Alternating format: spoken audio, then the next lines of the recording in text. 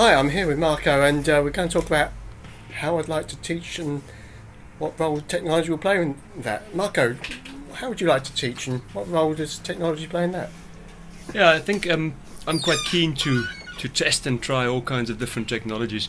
But one thing I have realized is that technology does not replace learning. It should be platforms and formats to kind of make the learning happen, but not necessarily be the focus of the lesson. And quite often that's where teachers tend to get a bit astray with things.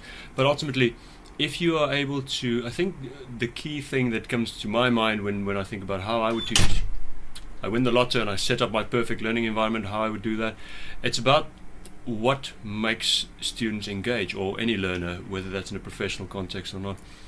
And it's ultimately trying to get them to take the information that you've got and make some sense of it, and then ultimately as a teacher being able to assess whether there's understanding, whether there's learning taking place. And part of that process could be easier if they engage in ways that they like and that they can relate to.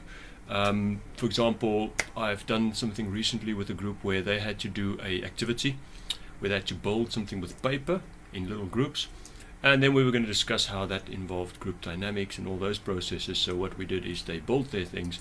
I took photos as they were doing this of the processes they went through, and while they were doing this I put this into something called Box, and then straight away I opened it on my laptop, which was connected to a projector. So by the time they ended their activity, their work was up on screen, and we discussed it. And it's okay, so now if you look at what so and so did here, what do you think went wrong there? And they engaged with that immediately, because it was their work in formats that we've then used to just kind of simplify. Everyone can see it up there now in different stages. So that's just something where we used a bit of cloud software, a phone, a projector and a laptop, to take the process and make it into something that they can link into. This is what I've just done. Now it's up there. Now I can talk about it. It's recorded. And then afterwards what I did is I've linked that to their online scheme of work, which they can access through a Google site, which straight away after the session, it's on their phones, it's on their tablets, and they can access it from anywhere. So they've learned, they've used technology to kind of discuss these processes, and it was a bit of a recap, because now they saw what they did, they could then discuss what they've done, and all these processes were facilitated using a variety of different bits of technology, and it just makes it easier. A, they like it because it's theirs. B, it's technologies that they use on a day-to-day basis, phone, tablets, those type of things.